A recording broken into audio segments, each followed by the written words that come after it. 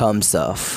कुछ लोग अपने हार्ड वर्क, पैशन और लक से उन ऊंचाइयों से छू लेते हैं जिनके बारे में हर कोई सोच भी नहीं सकता। बड़े बड़े ब्रांड्स की मेगा सक्सेस की कई स्टोरीज़ आपने सुनी होगी, लेकिन आज हमको जो कहानी सुनाने जा रहे हैं वो थोड़ी सी हटके है। आपने कोल्ड ड्रिंक की दुनिया के किंग थम्स अप के नाम तो सुना ही होगा। आपने बहुत से लोगों ने भले ही लाइफ में एक बार भी थम्स अप की बोतल को हाथ नहीं लगाया होगा, लेकिन आपने हॉलीवुड के लेकर बॉलीवुड तक के काफ़ी सारे स्टार्स को अपने होठों से थम्स अप की बोतल को लगाकर Thums Up the taste the thunder ये बोलते तो ज़रूर सुना होगा। तो आइए आज हम भी कुछ तूफ़ानी करते हैं और जानते हैं थम्स अप की सक्सेस की स्टोरीज़। थम्स अप की सक्सेस स्टोरीज़ काफ़ी इंटरेस्टिंग है।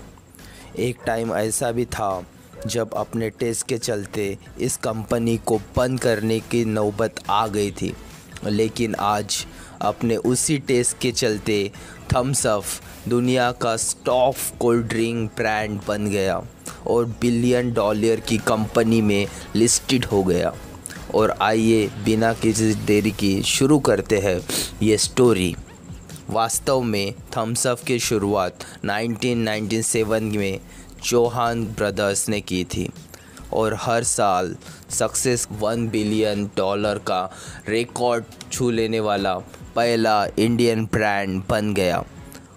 थम्स अप को कोका कोला ने 1993 में ख़रीदा था। इस सौदे में कोका कोला ने माज़ा, लिम्का, सिट्रा और गोल्ड स्पॉट भी पार्ले बिस्किट के लिमिटेड के रमेश चौहान से ख़रीद लिया था। ये वो दौर था जब इंडिया मार्केट पर 80% एकाधिकार के साथ थम्स अप दूसरे ब्रांड के कई आगे था। थम्स अप की शुरुआत और कोका कोला के इंडिया से विदाई से जुड़ी बहुत ही इंटरेस्टिंग स्टोरीज़ है। स्टोरी की शुरुआत होती है 1977 से। 1977 में जब देश इमरजेंसी के रिकवर की कोशिश में लगा हुआ था, तब मोरारजी देसाई जब सेंट्रल मिनिस्टर बने और उन्होंने अमेरिका के मल्टीनेशनल कंपनी IBM और कोका कोला को देश निकाल दे दिया। इन कंपनीज़ पर इन्वेस्टमेंट के रिलेटेड रूल्स के बारे के वायलेंस का आरोप था। इंडिया के सरकार चाहती थी कि कोका कोला अगर इंडिया में बिज़नेस करना है तो उसे 60% का पार्टनरशिप किसी इंडियन ब्रांड को देनी होगी। जब इंडियन गवर्नमेंट ने कोका कोला को ऐसा कंडीशन रखी तो कंपनी को भी अपना बिज़नेस बंद करना पड़ा। दूसरी ओर इंडिया पे एंट्री के दरवाजे पर खड़ी पेप्सी गवर्नमेंट के सभी कंडीशन को मानने को तैयार थी। तो कोका कोला विदाई के साथ ही पेप्सी ने पंजाब एडो इंडस्ट्रियल कॉरपोरेशन और गोल्टास लिमिटेड के साथ संयुक्त कंपनी की शुरुआत की।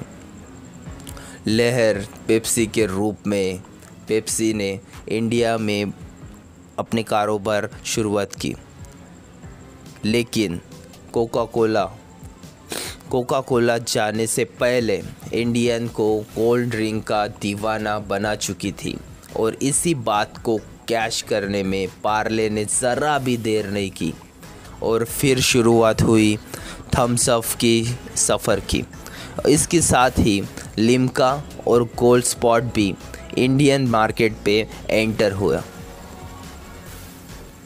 पार्ले कंपनी के रमेश चौहान और आकाश चौहान पार्ले ब्रदर्स ने अपने CEO भानु जोशी से एडवोकेट थे। उनके इंटेलिजेंस से और स्ट्रैटेजी के मदद से थम्स अप, जो कि पार्ले के ब्लैक शीट ड्रिंक थी, वो देखते ही देखते सभी इंडियंस की फर्स्ट चॉइस बन गई। ऐसे